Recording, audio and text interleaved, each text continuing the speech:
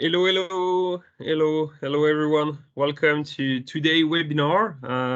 Thank you very much for coming already on time. Today we are going to speak about carbon footprint. We are going first to talk about the definition, then what are, let's say, the environment and standard environment around this carbon footprint, because you can read everything from everywhere on this topic, but it's quite tricky sometimes to see the real truth behind the carbon footprint. And then we have a main part, but can be really the more important part, which are the impact on your business. Because carbon footprint is a discussion which has been going for a long time already.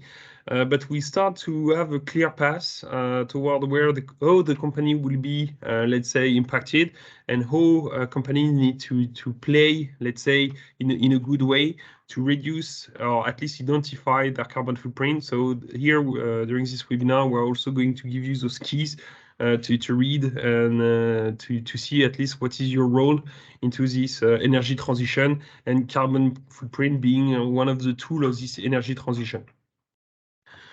So welcome aboard. Welcome to today's webinar. Maybe a few remarks, more, let's say, administration to start. Jean-Charles, you missed to share the slide, so I can see myself right now. Okay, no, it's coming back. Thank you, Jean-Charles. Jean-Charles will help me to present today. But just to stay tuned and be in touch, next webinar is already planned. In the conversation of this meeting, you can find the invitation. It will be on January 26th, which is a Thursday. And we'll talk about the global look for oil and gas and petrochem project, because we want to start 2023 with kind regards with data and information. As you already know, 2022 has been a huge year in terms of project being awarded. And of course, 2023 is going to follow the same path. So it's going to be quite interesting to see how you can play to find the best project. Anyway, you can find the replay of this webinar on our LinkedIn page, on our YouTube channel as well. And if you are interested by the slide we are going to use today with Jean-Charles, shoot me an email at guillemjean@tobefirstconsulting.com, and I share with you the slide after the presentation. Normally, you receive the invitation from myself already, so there is no need to look for my email address. Normally, you already and all have it. So now going to the agenda, we start as always by the basic rules of Project Smart Explorer. We are also going to talk 1 minute about our new design, because I'm sure you have seen that we released a new design for Project Smart Explorer. And then we'll go more in the details about the carbon footprint definition, then the carbon footprint frameworks, what is happening and what is the environment of this carbon footprint, really into the details. And then we'll finish by impact on your businesses, of course. So starting the basics rules of the database Project Smart Explorer that I'm sure you all know. Okay, for those who have been invited by separate colleagues, today Jean-Charles and I will be speaking. We're engineers and we work for To Be First Consulting. Jean-Charles made most of his life into ABB. He was vice president oil and gas for the company. And myself, I started in Siemens oil and gas. I was not VP, unfortunately, but we work together. We are a family company, and we have developed this tool, Project Smart Explorer, which traces projects around the planet. We started by oil and gas and petrochem, and since 3 years now, we focus also on the energy transition. And that's why also we have this webinar, because in terms of business, it's just exploding today, and we have taken some figures at the end. So you will see how big it is of an opportunity. So going to the scope of Project Smart Explorer, we grow from 1,000 to 1,500 projects, as you may have seen. I think today the database is just above 1,600 projects. To tell you what is the pipeline today, it's really growing. And of course, oil and gas, petrochem is not really the topic today, but energy transition is growing. We see many more applications coming every quarter with new processes coming up, a new technique. And it's quite interesting, honestly, and there is room for everyone. And it's so dynamic today that you really have to jump into it. Just one point about the new design. You may have seen it already, I hope, because it has been out for a bit more than a month. We pushed it right before ADIPEC to have the first feedback live. But here is the new design. I hope you like it. We didn't have so much bad let's say, feedback. But anyway, if you have any feedback to share with us, you feel free to do it. Honestly, we are going to pursue this update. We are going to push, I hope, before the end of the year, also some new updates about the PDF file that we produce. So you will see that coming, and then we'll try to have a regular update every quarter. So let's keep in touch. And if you have any feedback regarding this new design, feel free to come back to us, and we'd be pleased to help you. Now going to the core of this presentation, of course, we'll start by the definition of a carbon footprint because, okay, it's quite easy to identify, I mean, to have an idea about what it is.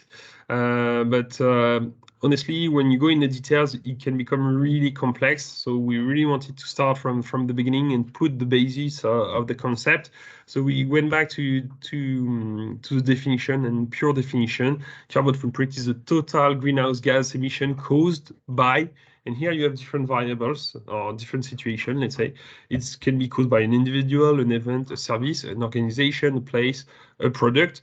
So most of you, as we are in a professional environment, it would be the total greenhouse gases, meaning the carbon footprint of your company, of your organization, in other words.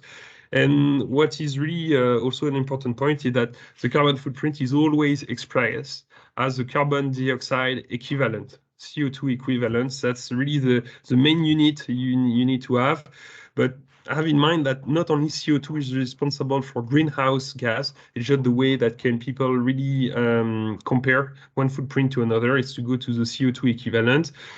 CO2 is the main gas of greenhouse effect, of course, but it's not the only one.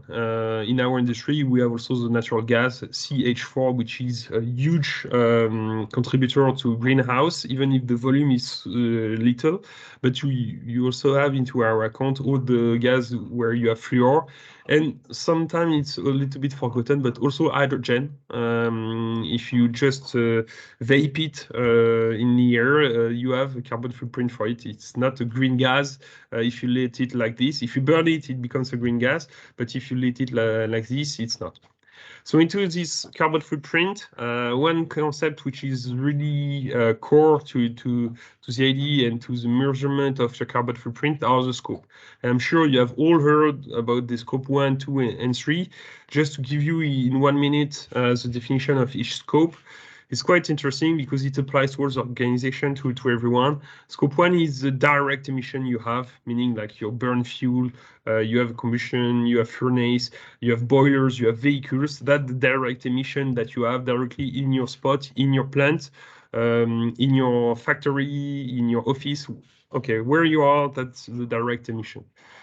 That's really the core of your company that needs to be measured. Then you have scopes 2, which also is quite internal and let's say inside a company. That's the emission coming from your consumption of energy. Because even if you consume electricity here directly in your office, of course, this electricity is not produced there, it's just consumed. But you have to allocate to your organization the production of the electricity you consume. So for example, if it's made from nuclear to gas or to coal, it's not the same carbon footprint at all, and it belongs to this scope 2 category. So it's quite important, and it's a main focus for many operators. We'll discuss that later on, but it's quite interesting. And then you have the scope 3, which is a little bit the more complex. If you want to define it like this, it's all the, let's say, carbon which is going to be consumed by your, let's say, activity, but outside, let's say, of your plant zone and your area. That's all the CO2 that will be produced upstream of your activity, meaning all the supply you will buy, all the capital goods you will have, the transportation to feed your stock, for example, before going, or also the travel expenses you are going to have for your salespeople, or if you have sales, or if you have a laptop or anything like that, belongs to your scope 3. And it's also all the carbon footprint that will be created after your activity, because we are all belonging to a supply chain. So that would be the transportation, for example, of your equipment, the distribution of it, or even the end of life cycle of your equipment after it's decommissioned, for example. It also belongs to this scope 3. So it's quite important as well. It's really complex to measure, but we'll go in the details in a moment.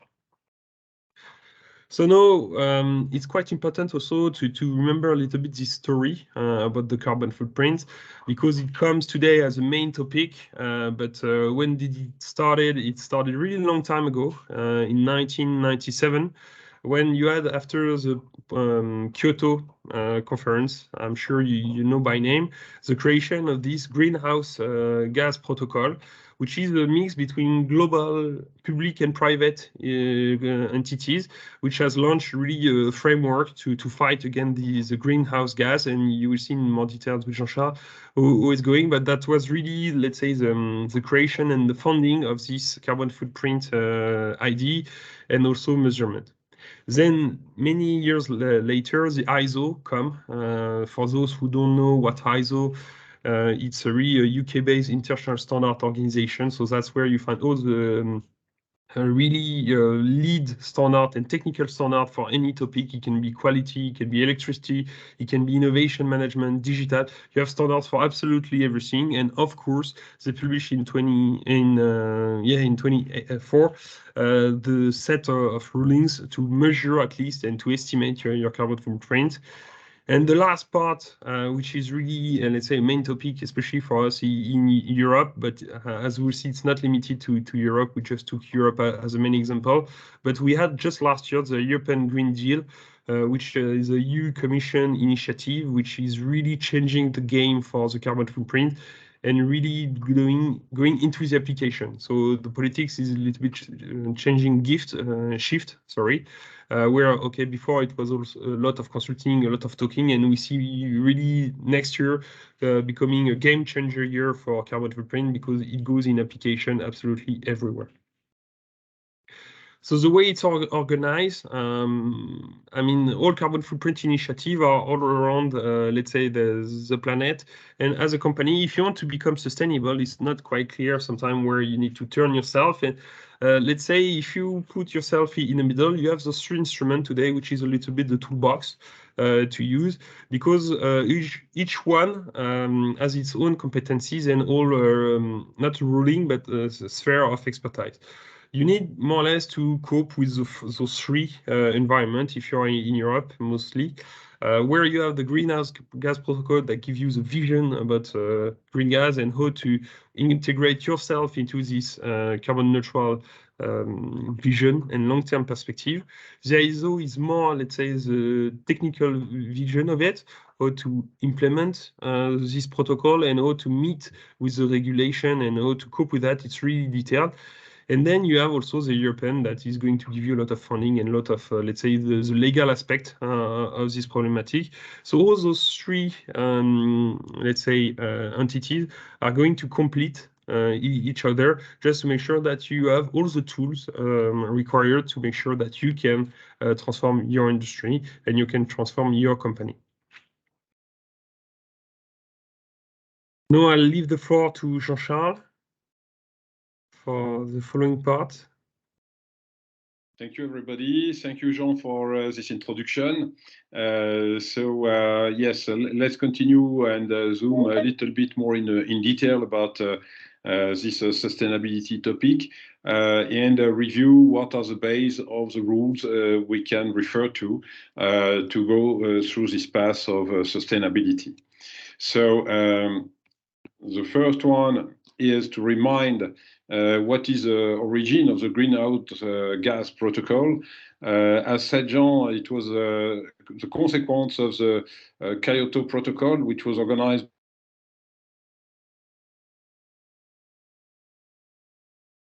the following year. Two organizations have decided to join forces to develop what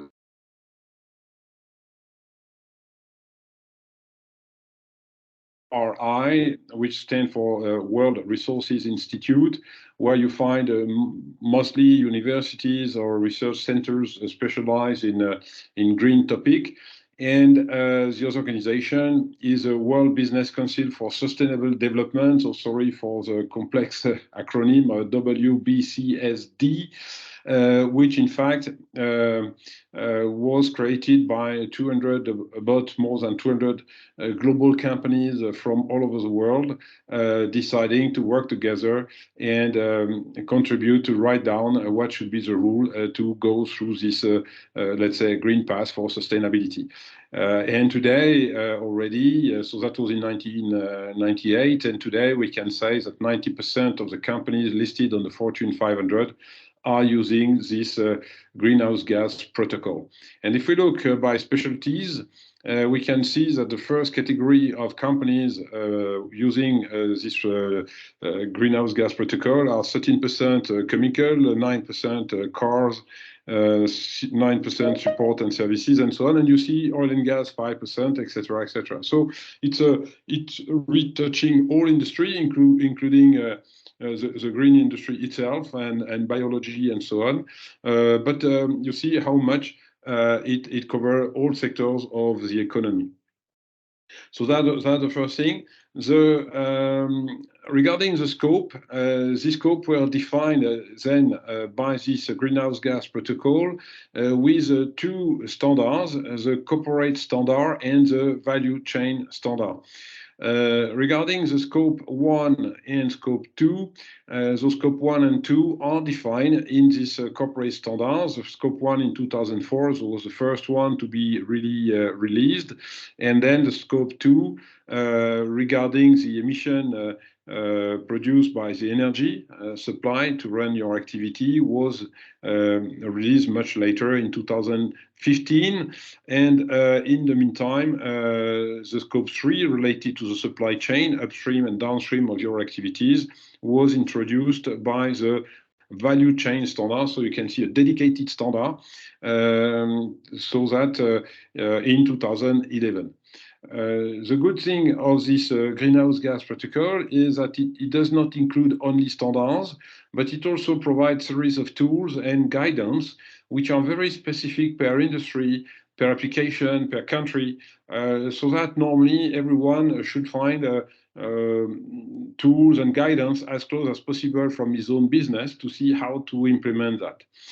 Then there are also two other standards which are very important for you as well, or for all of us, I would say.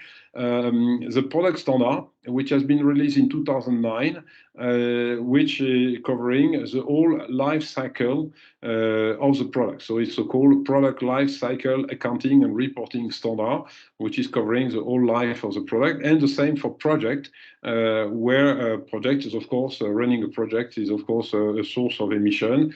And so there is a dedicated standard for this one as well, which has been introduced in 2005. So with this, all these standards, and we took only the most important one here, you can see that we can cover all the activities of your company as an organization, but the different aspect of the activities of your company. It can be the product or the project management. Regarding ISO, is very detailed as any standard organization. Some of those standards are very well known for years already. The 14,000 series were introduced in 2004, and I'm sure most of your companies are complying with already a number of those standards regarding environmental management.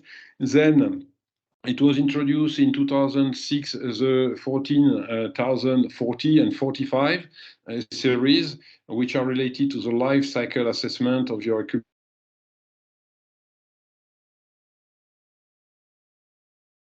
Introduced in 2001, where most of the large companies are working as well, is a 50,001, which is about the optimization of the energy management system, so that it is really to improve the way you are consuming energy.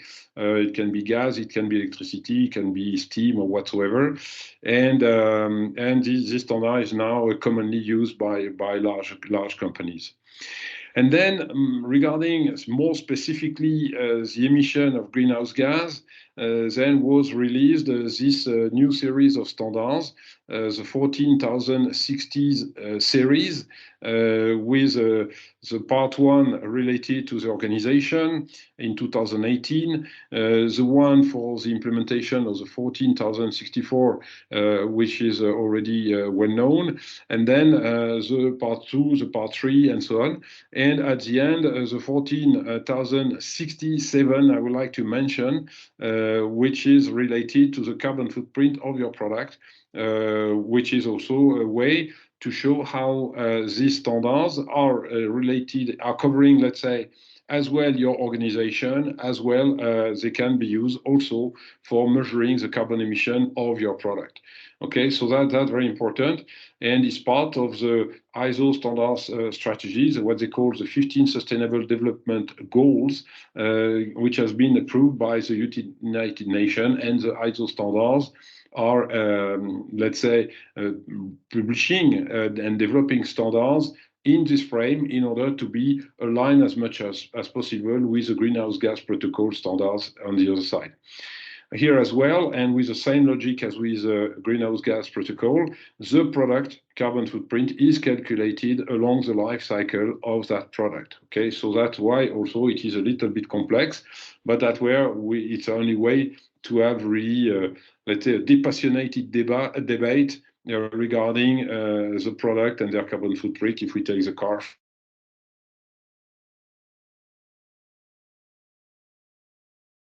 so let's focus on Europe. Europe, as we said earlier, published this European Green Deal with two targets. The first target was to become carbon neutral in 2050, but of course it's a very long time target, so it's a bit difficult to work only with this goal, and that's why Europe has published an intermediate goal to reduce emission by 55% in 2030 compared to the reference value of 1990. And so it shows how much Europe is putting a high pressure on this target. This European Green Deal has been then, let's say, described by series of directives and standards, or let's say directives, as, for example, farm to fork, to cover the whole food cycle industry and emission. Another one, which is very important in Europe, and you will see the consequence, is a recycling economy. And to support this program, then Europe has published this Fit for 55 package, 55 referring to the 55% saving which are expected through this program, with a series of legal regulation and new standards or new directives that we'll see in a minute. And then the last one is the European Climate Law, which has been enforced with some consequence. Also, we'll see in a couple of slides. So, regarding this EU Fit for 55 package, we didn't take all the measures which are part of this package because it should be a complete presentation related to it, but we just pick up the one which are, let's say, maybe the most important one for you, for us, in our daily life, in our company or personal. The first one is regarding the trading system of the carbon emission with a price of $60 per ton of CO2. Okay, you know that it's a big debate in the world. Each country has its own policy, but at least for Europe is €60 per ton of CO2 for now. The second directive is about the revision of renewable energy directive, which is to support a 200 billion investment that Europe will put on the table to develop wind and solar geothermy in Europe. So it will impact all countries in Europe. The third one we selected here is a recast of energy efficiency directive, which is, for example,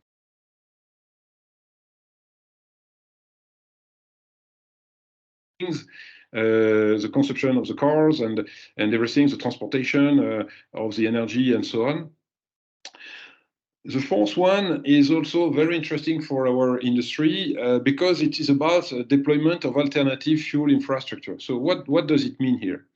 It means for transportation fuel or heating fuel to use other means. So electricity is, of course, is the first one, which is well known.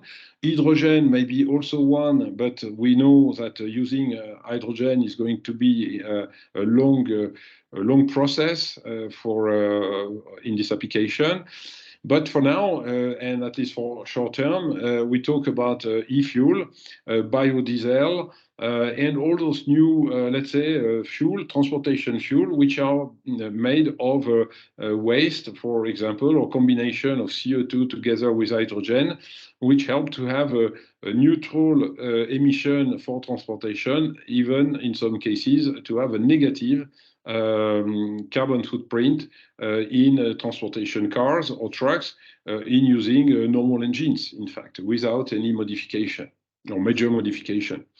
And as a consequence of the previous directive, Europe has published also the amendment of regulation setting CO2 emission standards for car and vans. So it looks a little bit funny, but in fact, this new regulation is very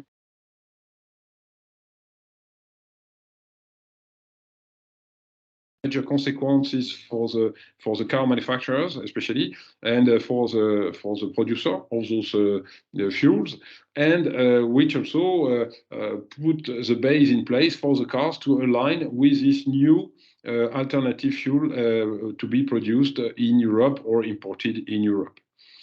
Then, of course, the revision of the energy taxation directive, because you know that taxation is also a way to reflect the European policy. Just one figure to give you the importance of this directive. France, for example, is going to pay 1 billion penalties to Europe in 2022 because, according to this directive, France didn't go fast enough to deploy renewable energy source like solar and wind compared to the plan that France had committed. So you see that it has a direct impact on local economies, this kind of directive, and of course it affects everybody.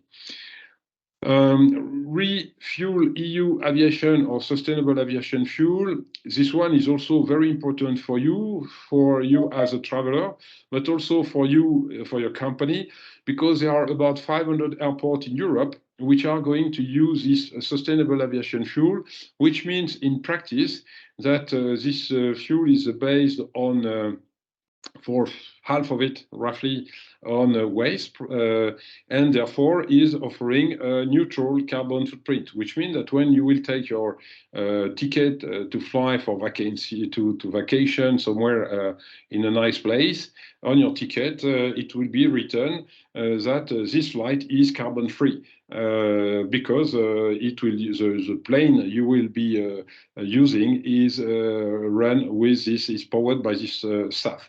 And that means that all over Europe, nearby every one of these 500 airports, it will be produced some unit for this new fuel. And it's a huge opportunity for valve, pump, and all kind of equipment. Same for marine, with the equipment of the port and for the vessel stopping on the spot. So you see that how much this Fit for 55 package is going down to very, very concrete measures, which are going to impact not only our daily life, but also impact our business by creating new fuel, new way to produce energy, to use it, and of course expecting to use it less and less by energy efficiency improvement. Regarding the European directive, and this one is very important, is part of the climate law, which has been released by Europe. And the first one, the directive 2014/95/EU, is about non-financial reporting. It was released in 2014 and enforced only in 2018, but it was only concerning big companies above 500 employees, so the visibility was not that much. But then it has been extended in April 2021, so only 1 year and a half ago, by this proposal for corporate sustainability reporting directive. Sorry for this complex name, but what it means that this directive is extending the first one to companies above 250 employees or above 40 million euro revenues or above to 20 million euro capex. Total assets, sorry, which represent more than 50,000 companies in Europe. And you understand that the policy of Europe here is to go down step by step towards the companies. It has been enforced in 2000. It has been voted in 2021 for enforcement in 2024, but related to the year 2023, which means that in 3 weeks from now or 2 weeks from now, more or less, this directive will be enforced. And what this means, it will oblige all those companies to publish, regarding the greenhouse gas at least, their emission of carbon footprint, of course. So that means that during 2023, all those companies will have to measure, to be able to measure their carbon emission, number one, but also to describe what are the measures they are going to take to reduce this carbon emission, greenhouse gas emission in the future. This directive is not only related to greenhouse gas, it covers many other aspects like the social aspect, human rights, diversity, and so on. But at least for our purpose today, we focus only on greenhouse gas emission, and you understand that it will have a big impact because every company will have to learn to publish this document, to put in place a measure, and to take action to reduce it over the next years. And every year, of course, those companies will have to show where they stand and how much progress they have done. Regarding USA also, have a look on the other side of the Atlantic. You know that there are a lot of discussion between Europe and USA about this Inflation Reduction Act, so-called IRA.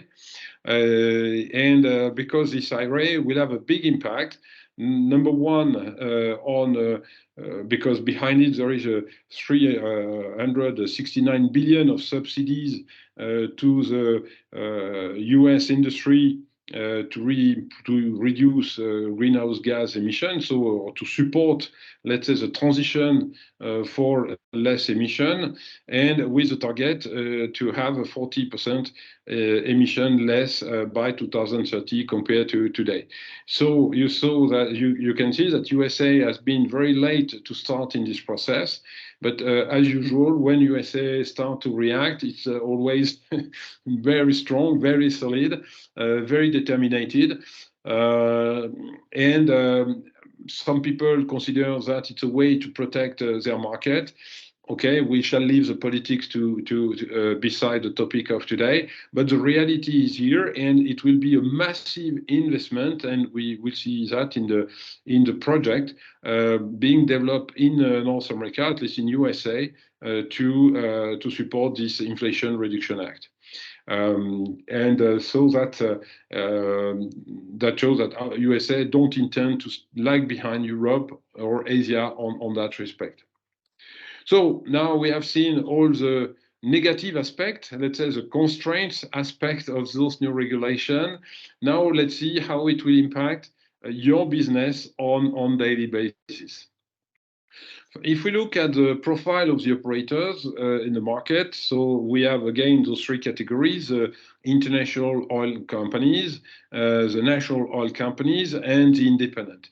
And in fact, what we see, all majors more or less have expressed the objective to be carbon neutral by 2050, maybe 2040 for some of them, but a major step is to cut their carbon footprint by 2030 and to meet the obligation they have, let's say, in Europe or wherever they stand.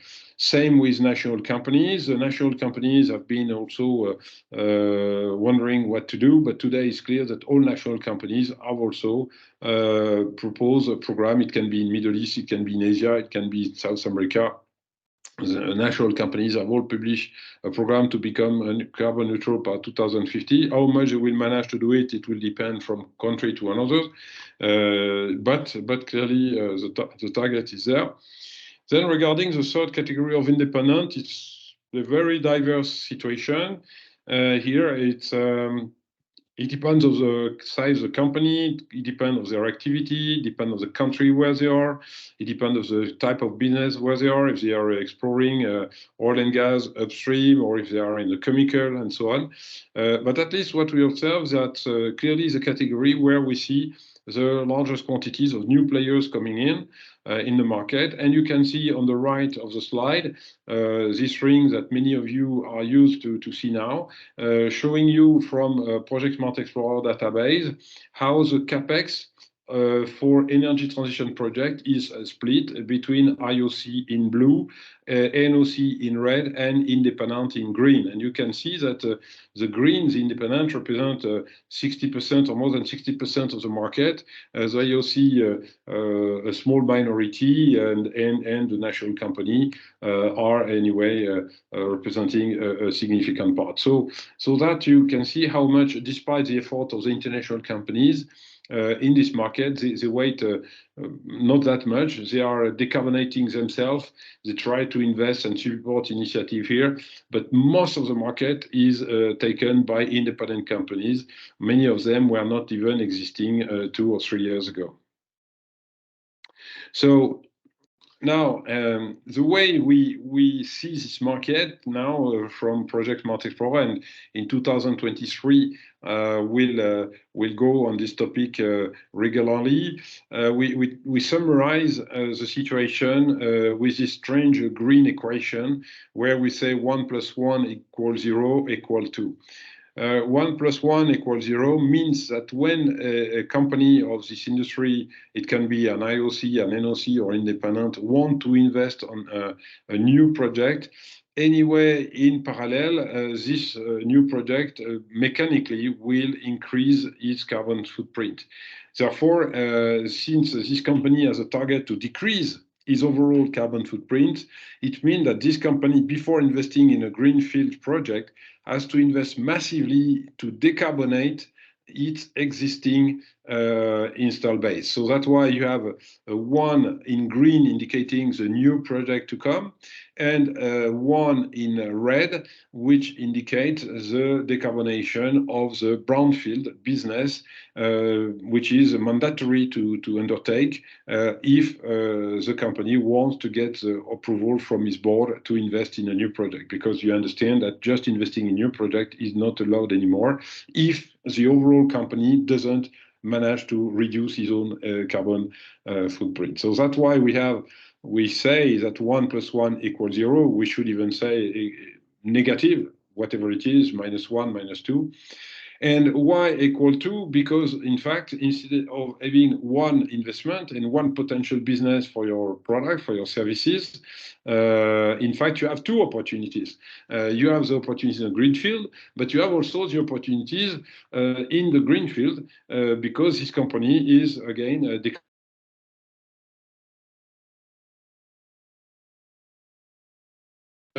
twice more opportunity to grow your business here because of the demand in commercial greenfield business and 1 for decarbonation. And the result appear in this bar graph, which is appearing here, where you can see that since 2020, the market more or less is doubling every year.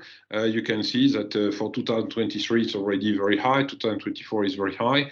I don't know how far it will go this way, but we are following an exponential curve, and because of this mass of investment, which is concentrated on those applications, where it's about electrification, it's about carbon capture, it's about hydrogen, it's about e-fuel, all nice application where your equipment and services can fit perfectly. Another information which we wanted to share with you is this figure of 80% of a product environmental impact are determined at the design phase. And this figure has come from studies made by the European Commission. It has been published in different reports, and we wanted to share it with you because it's a fantastic opportunity here. It shows how much, again, feed is king, and you know how much we insist on this already in normal condition, but more than ever, feed is king, and that's one of the reasons why the major part of the independent companies we see emerging in this market are coming from nowhere. They were not existing 2 or 3 years ago, but they introduced new technology, new ideas, new way to handle those projects and to develop them on fast track, which illustrate exactly how much the design is about everything in this energy transition process.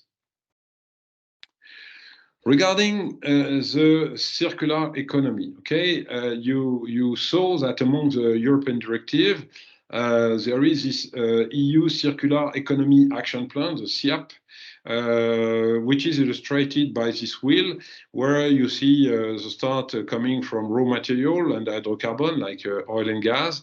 Then it goes to design, then production, and so on. And then at the end, now we see, to close the loop, this recycling industry coming in.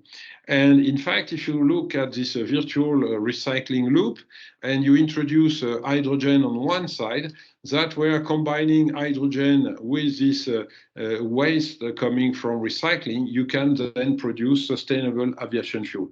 It's just an example.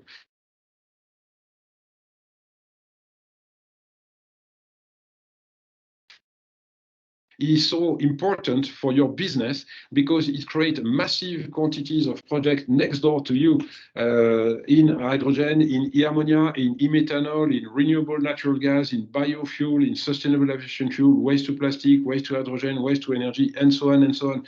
And every day we see new technologies coming in, new projects, new processings being tested to develop and create value out of this virtual loop here.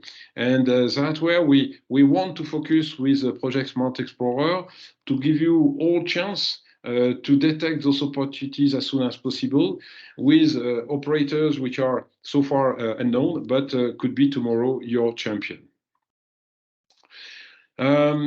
Now, regarding the geography of this energy transition and the employment of the deployment of those projects related to the greenhouse gas protocol, you have here a map illustrating where the membership are located per region. And you see the first region is Europe with 46%. The second one is North America with 23%, Asia 14%, Japan 10%, and so on. So you see how much Europe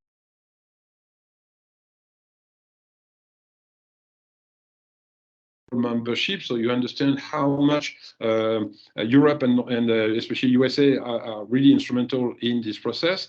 And when we make the parallel between a greenhouse gas protocol membership map and Project Smart Explorer map regarding the project location regarding energy transition, no surprise to see that most of the projects we observe today are concentrated in Europe and North America. So we can see and we can measure with Project Smart Explorer how much those companies which are members of this greenhouse gas protocol are really putting in practice their decisions, their political decision, and are investing massively in this new project. The only difference between Greenhouse Gas Protocol map and Project Smart Explorer mapping is that we seems to be in Asia much more detailed in Project Smart Explorer, which means that Asia may not be so much active in international organization to take a high profile and visibility,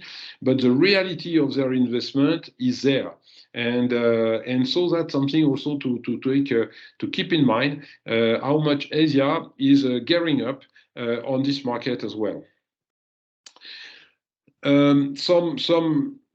We would like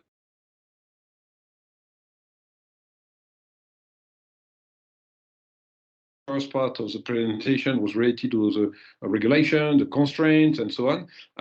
But here, this part is about the impact on your business. And again, we want to show you how much those scope 1, 2, 3 may be opportunities for you.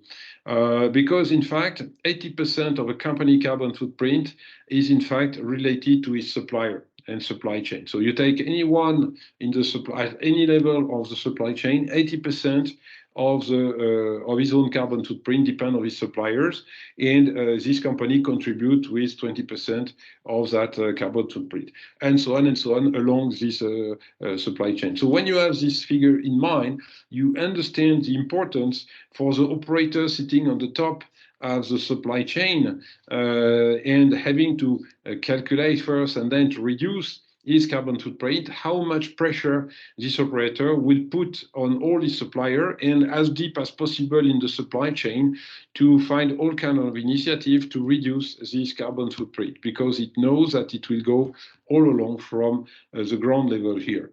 And that's why wherever you stand with your company, it can be you can be producing gasket, you can be producing bolt, you can be producing whatever simple commodity, you will be impacted and you will have the opportunity to change the name of the game by innovation, proposing new services to reduce the carbon footprint of your customers. So as a conclusion, those regulations, standard guidance, and good practice may look still confusing because there are publications coming from different corners, wondering what prevail on what, how those things fit together. So it's a lot of confusion still today, but we expect with this presentation to have clarified a little bit who is doing what and how all those organizations are fitting together and how to play with them to help to implement this process.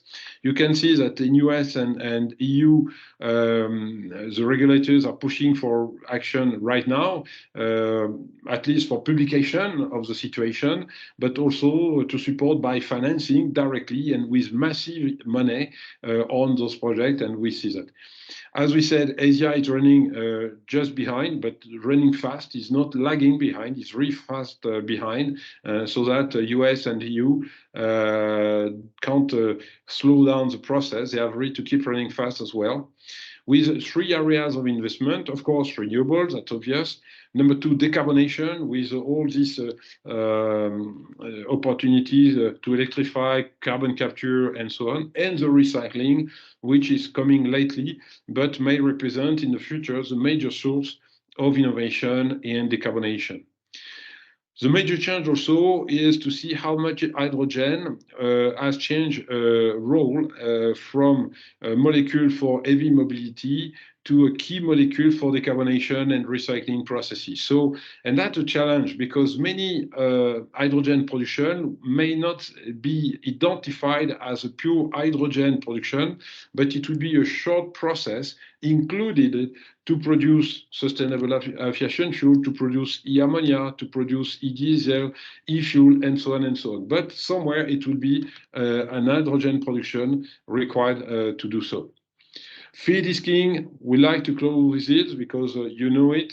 It's another question to do it, but at least we expect that step by step you manage to go in that way, and we are pleased to help you as much as we can as well. And what is important to keep in mind that this greenhouse gas protocol is maybe a lot of constraint, but in the same time is paving the way for your business development through the scope 1, 2, 3 in offering a new services, new product, and producing a short-term expansion for your company.